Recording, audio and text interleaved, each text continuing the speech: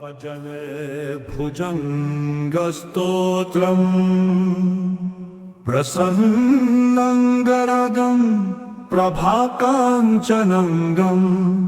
जगदभीतशौर्यं तुषाराद्रिधैर्यं तृणीभूतहतिं रणोद्यद्विभूतिं भजे वायुपुत्रं पवित्राप्तमित्रम् भजे पावनं भावनान्नित्यवासम् भजे बालभानु प्रभाचारुभासम् भजे चन्द्रिका कुन्दमन्दारहासम् भजे सन्ततं रामभूपालदासम् भजे लक्ष्मण प्राणरक्षातिदक्षम् भजे तोषितानेकगीर्वाणपक्षम् भजे घोरसङ्ग्राम सीमाहताक्षम् भजे रामनामातिसम्प्राप्तरक्षम् कृताभिलनाधक्षितक्षिप्रपादम् घनक्रान्तभृङ्गम् कटिस्थूरुजङ्घम् वियद्व्याप्तकेशम् भुजाश्लेषिताश्मम् जश्रीसमेतं भजे रामदूतम् चलद्बालघातम् भ्रमचक्रवालं कठोराट्टहासं प्रभिन्नाब्जजाण्डम्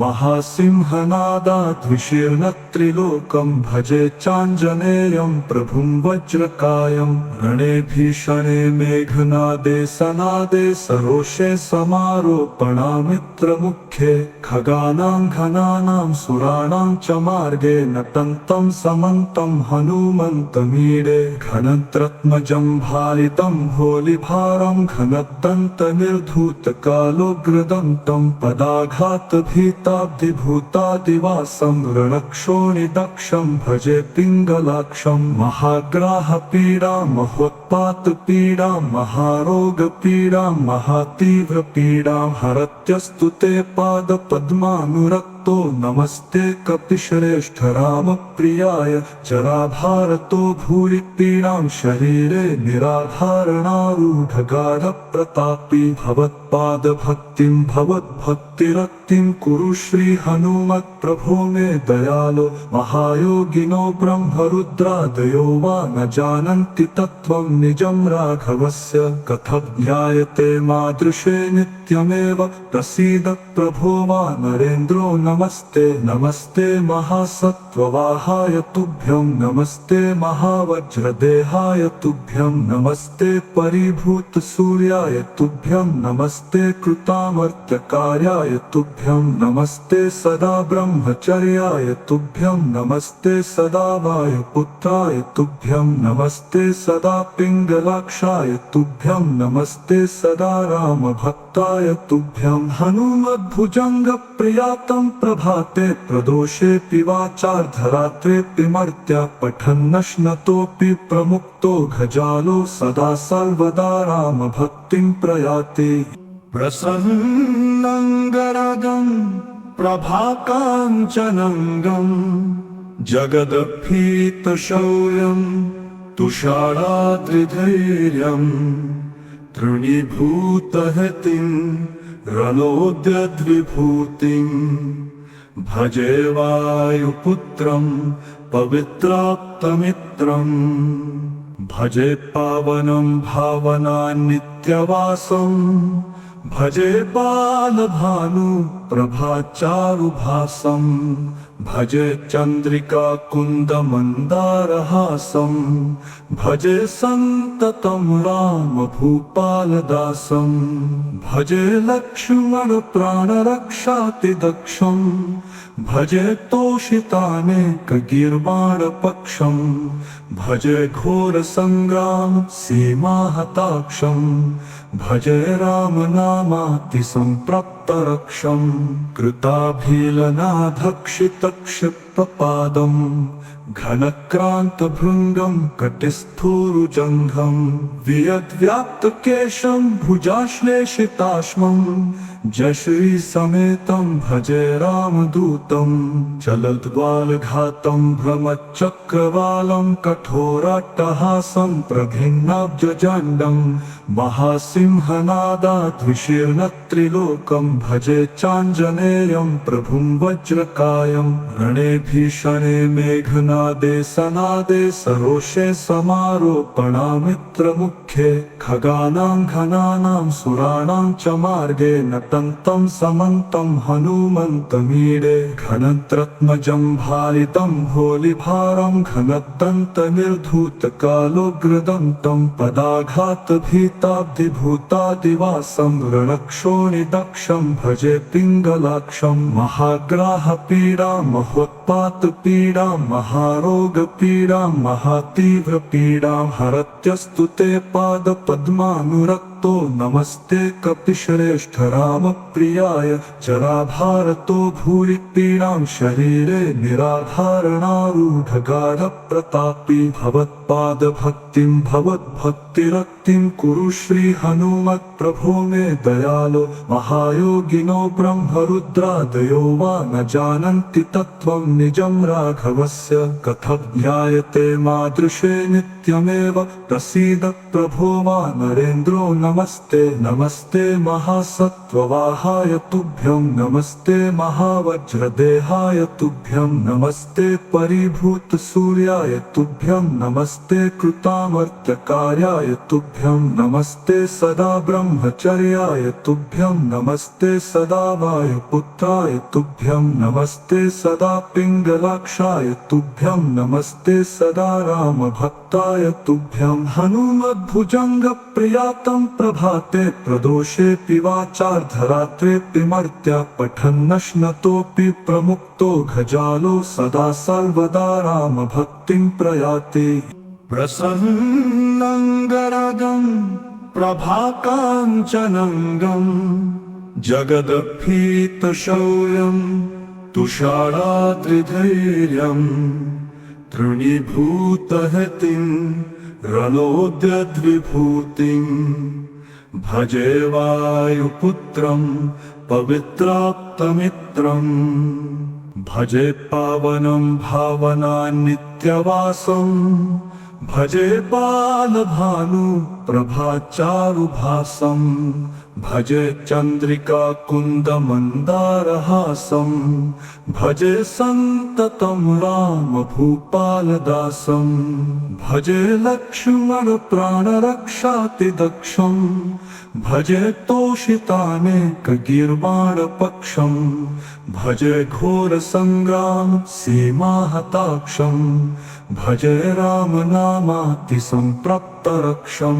कृताभीलनाधक्षितक्षिप्तपादं घनक्रान्तभृङ्गं कटिस्थूरुजङ्घं वियद्व्याप्तकेशं भुजाश्लेषिताश्मं जश्रीसमेतं भजे रामदूतं चलद्बालघातं भ्रमचक्रवालं कठोराट्टहासं प्रभिन्नाब्जजाण्डं महासिंहनादाद्विशीर्णत्रिलोकं भजे चाञ्जनेयं प्रभुं वज्रकायं रणे भीषणे मेघनादे सनादे सरोषे समारोपणामित्रमुख्ये खगानां घनानां सुराणां च मार्गे नटन्तं समन्तं हनुमन्तमीडे घनत्रत्मजं भारितं भोलिभारं घनदन्तनिर्धूतकालोग्रदन्तं पदाघातभीताब्धिभूतादिवासं रणक्षोणिदक्षं भजे पिङ्गलाक्षं महाग्राहपीडां महोत्पातपीडां महारोगपीडां महातीव्रपीडां हरत्यस्तु ते पादपद्मानुरक्तो नमस्ते कपिश्रेष्ठ रामप्रियाय जराभारतो भूरि पीडां शरीरे निराधारणारूढगाढप्रतापी भवत्पादभक्तिं भवद्भक्ति भक्तिरक्तिं कुरु श्री हनुमत् प्रभो मे दयालो। महायोगिनो ब्रह्मरुद्रादयो वा न जानन्ति तत्त्वं निजं राघवस्य। कथज्ञायते मादृशे नित्यमेव प्रसीद प्रभो वानरेन्द्रो नमस्ते। नमस्ते महासत्त्ववाहाय तुभ्यं नमस्ते महावज्रदेहाय तुभ्यं नमस्ते परिभूतसूर्याय तुभ्यं नमस्ते कृतामर्त्यकार्याय तुभ्यं नमस्ते सदा ब्रह्मचर्याय तुभ्यं नमस्ते सदा वायुपुत्राय तुभ्यं नमस्ते सदा पिङ्गलाक्षाय तुभ्यं नमस्ते सदा रामभक्ताय तुभ्यं। हनुमद्भुजङ्गप्रियातं प्रभाते प्रदोषेऽपि वाचार्धरात्रेऽपि मर्त्या पठन्नश्नतोऽपि प्रमुक्तो घजालो सदा सर्वदा रामभक्तिं प्रयाति। प्रसन्नङ्गरागं प्रभाकाञ्चनङ्गं जगदभीतशौर्यं तुषाराद्रिधैर्यं तृणीभूतहतिं रणोद्यद्विभूतिं भजे वायुपुत्रं पवित्राप्तमित्रं। भजे पावनं भावनान्नित्यवासं भजे बालभानु प्रभाचारुभासं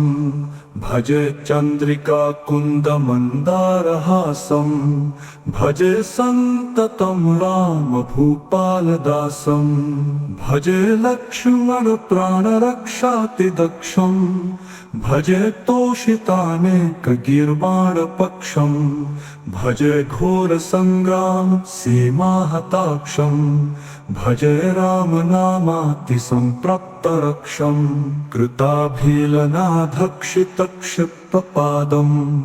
घनक्रान्तभृङ्गं कटिस्थूरुजङ्घं वियद्व्याप्तकेशं भुजाश्लेषिताश्मं जश्रीसमेतं भजे रामदूतं। चलद्वालघातं भ्रमचक्रवालं कठोराट्टहासं प्रभिन्नाब्जजाण्डं महासिंहनादाद्विशीर्णत्रिलोकं भजे चाञ्जनेयं प्रभुं वज्रकायं। रणे भीषणे मेघनादे सनादे सरोषे समारोपणामित्रमुख्ये खगानां घनानां सुराणां च मार्गे नटन्तं समन्तं हनुमन्तमीडे। घनत्रत्मजं भारितं भोलिभारं घनदन्तनिर्धूतकालोग्रदन्तं पदाघातभीताब्धिभूतादिवासं रणक्षोणिदक्षं भजे पिङ्गलाक्षं। महाग्राहपीडां महोत्पातपीडां महारोगपीडां महातीव्रपीडां हरत्यस्तु ते पादपद्मानुरक्तो। नमस्ते कपिश्रेष्ठ रामप्रियाय जराभारतो भूरि पीडां शरीरे निराधारणारूढगाढप्रतापी। भवत्पादभक्तिं भवद्भक्तिरक्तिं कुरु श्री हनुमत् प्रभो मे दयालो। महायोगिनो ब्रह्मरुद्रादयो वा न जानन्ति तत्त्वं निजं राघवस्य। कथज्ञायते मादृशे नित्यमेव प्रसीद प्रभो वानरेन्द्रो नमस्ते। नमस्ते महासत्त्ववाहाय तुभ्यं नमस्ते महावज्रदेहाय तुभ्यं नमस्ते परिभूतसूर्याय तुभ्यं नमस्ते कृतामर्त्यकार्याय तुभ्यं नमस्ते सदा ब्रह्मचर्याय तुभ्यं नमस्ते सदा वायुपुत्राय तुभ्यं नमस्ते सदा पिङ्गलाक्षाय तुभ्यं नमस्ते सदा रामभक्ताय तुभ्यं। हनुमद्भुजङ्गप्रियातं प्रभाते प्रदोषेऽपि वाचार्धरात्रेऽपि मर्त्या पठन्नश्नतोऽपि प्रमुक्तो घजालो सदा सर्वदा रामभक्तिं प्रयाति। प्रसन्नङ्गरागं प्रभाकाञ्चनङ्गं जगदभीतशौर्यं तुषाराद्रिधैर्यं तृणीभूतहतिं रणोद्यद्विभूतिं भजे वायुपुत्रं पवित्राप्तमित्रं। भजे पावनं भावनान्नित्यवासं भजे बालभानु प्रभाचारुभासं भजे चन्द्रिका कुन्दमन्दारहासं भजे सन्ततं राम भूपालदासं भजे लक्ष्मण प्राणरक्षातिदक्षं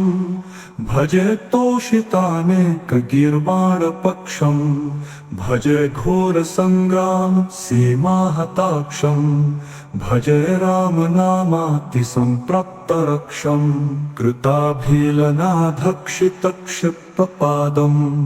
घनक्रान्तभृङ्गं कटिस्थूरुजङ्घं वियद्व्याप्तकेशं भुजाश्लेषिताश्मं जश्रीसमेतं भजे रामदूतं चलद्बालघातं भ्रमचक्रवालं कठोराट्टहासं प्रभिन्नाब्जजाण्डं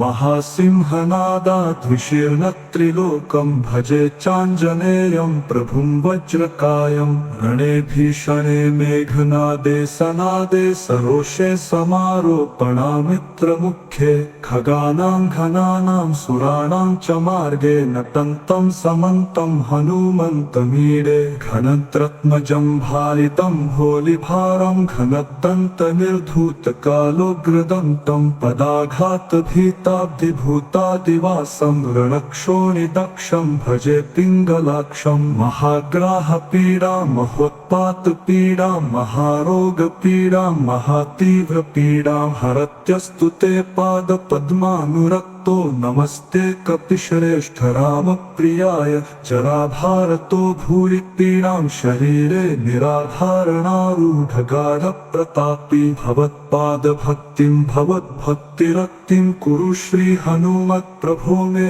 दयालो महायोगिनो ब्रह्मरुद्रादयो वा न जानन्ति तत्त्वं निजं राघवस्य कथज्ञायते मादृशे नित्यमेव प्रसीद प्रभो वा नरेन्द्रो नमस्ते नमस्ते महासत्त्ववाहाय तुभ्यं नमस्ते महावज्रदेहाय तुभ्यं नमस्ते परिभूतसूर्याय तुभ्यं नमस्ते कृतामर्त्यकार्याय तुभ्यं नमस्ते सदा ब्रह्मचर्याय तुभ्यं नमस्ते सदा वायुपुत्राय तुभ्यं नमस्ते सदा पिङ्गलाक्षाय तुभ्यं नमस्ते सदा रामभक्ताय तुभ्यं हनुमद्भुजङ्गप्रियातं प्रभाते प्रदोषेऽपि वाचार्धरात्रेऽपि मर्त्या पठन्नश्नतोऽपि प्रमुक्तो घजालो सदा सर्वदा रामभक्तिं प्रयाति इति श्रीमदाञ्जनेयभुजङ्गप्रियास्तोत्रम्।